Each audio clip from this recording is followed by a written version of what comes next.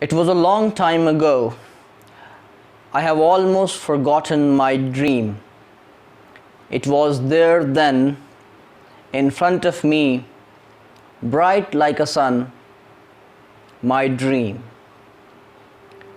Hello and Assalamu alaikum everyone. This is Abdul Basit. I hope that you all are fine. You all are doing great. Today I'm here again with a very interesting and motivational poem of Langston Hughes, and this poem is going to change your mind because this is a very motivational and thought-provoking poem. As you already know that Langston Hughes was a 20th century poet, an Afro-American poet. He belonged to Harlem Renaissance, and he is the poet who represents the black community, who represents the Afro-American people, and his poetry is basically the poetry that is understandable by every layman. Alright, so he is a poet whose poetry transcends the limits of time and space. As a matter of fact, his poetry also deals with the theme of discrimination, racial discrimination, and it also deals with the theme of emancipation of the black people. It also deals with the rights of the Afro-American people. Alright, so this poem again is going to be very interesting. So let's start the text. It was a long time ago. I have almost forgotten my dream, but it was there then in front of me, bright like a sun, my dream. So in these lines, the poet tells that he had a dream once, but now he has forgotten that dream, and it was bright like a sun in front of him, but now it has lost its brightness. It is not as bright as it used to be in the past. All right, so here the poet talks about the dream that he once had, and now it seems that he has forgotten that dream. And then the wall rose slowly, slowly between me and my dream. Okay, so here he talks about a wall that rose between the poet and the dream.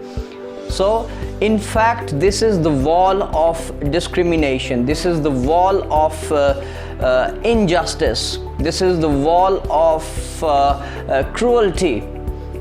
So this is the wall that prevented the dreamer to materialize his dream. This is the wall that prevented the poet to fulfill his dream of emancipation, to fulfill his dream of getting all his rights, getting all his basic or fundamental human rights. So the wall in fact symbolizes discrimination, it symbolizes injustice, and it symbolizes the cruelty of white people against the black people. Between me and my dream rose until it touched the sky. Okay, so the wall was as high as it touched the sky. The wall, the shadow. So wall was just like a shadow. Okay, as you know that shadow is black, so shadow also refers to the poet's identity. Okay, well, he is black, therefore he compares the wall with a shadow. Okay, and this shadow has marred or spoiled the brightness of the dream. I am black, and then at the same time the poet says that I am black. Well, he is black and the shadow is also black. So as a matter of fact, what is that wall? What is that shadow? That shadow is the racial discrimination. The poet is black, therefore a wall has been created between him and his dream. I lie down in the shadow, no longer the light of my dream before me, above me. So the light of the dream is not in front of him. He is unable to see the light of his dream because of that shadow, because of that wall that has emerged between him and his dream. So this is the wall of discrimination, this is the wall of injustice, this is the wall of cruelty, this is the wall of prejudice. So then the poet says, only the thick wall, only the shadow. Well, there is only one thing that he can see, and that is the thick wall and the shadow. Only the thick wall and the shadow are in front of him. My hands, my dark hands, break through the wall, find my dream. Okay, well, here the poet tries to find his dream again that he has almost forgotten. His hand breaks through the wall and it tries to find the dream that the poet once had. Help me to shatter this darkness, to smash this night, to break this shadow into 1,000 lights of sun, into 1,000 whirling dreams of sun. Okay, well, here the main thing happens. The poet has a wall between him and his dream, but he doesn't care about that wall. His hand helps him to smash that night, to smash that darkness. His hand helps him to break that shadow, and he wants to find his dream again. He wants to take the dream back to him, and he wants to change that dark shadow. He wants to change that night into 1,000 lights of sun, into 1,000 whirling dreams of sun. Okay, so he wants to retrieve the dream that he has forgotten. He doesn't want the dream to disappear. He is the person who has the courage to bring his dream back to his mind, no matter what the consequences are, what the situation will be. Okay, because there are a lot of threats for him if he strives to achieve his dream, if he endeavors to achieve his dream.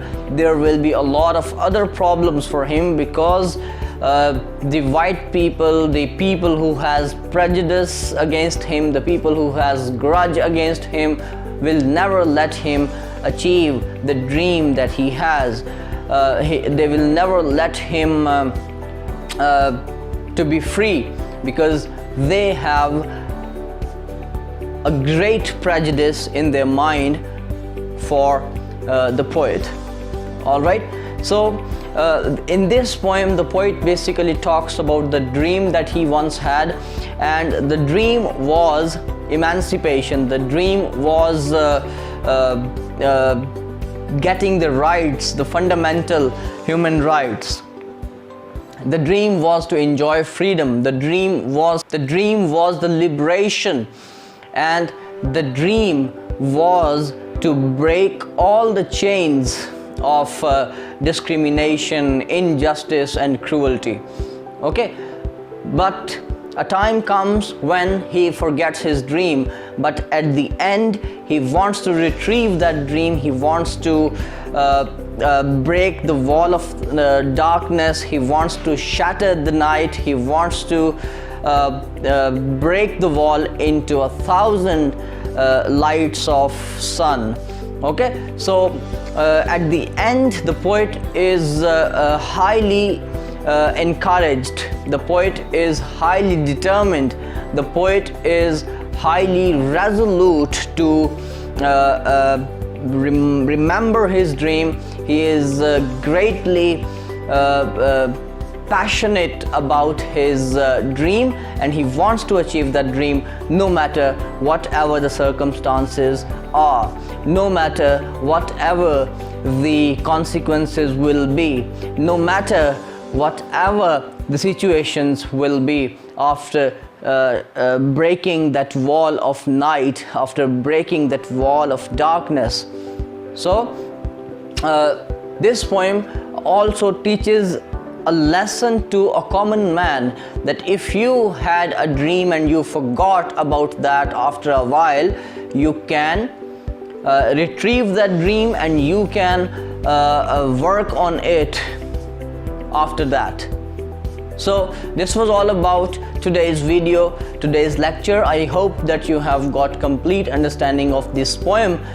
If it is so, please hit the like button, okay? And if you are not one of my subscribers, please do not forget to subscribe to my channel for much more interesting and useful videos about English language and literature. So thank you very much for watching the video.